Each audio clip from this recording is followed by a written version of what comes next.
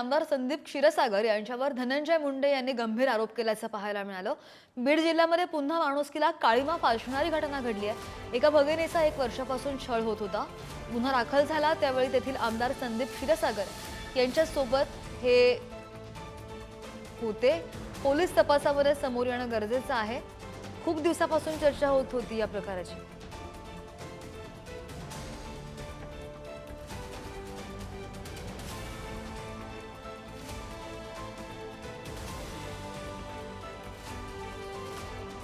एक वर्ष आमची ती भगिनी लैंगिक क्षण सगळं सहन करते आहे आणि करणारा हा जो व्यक्ती आहे तो या कोचिंग क्लासचा मालक आहे।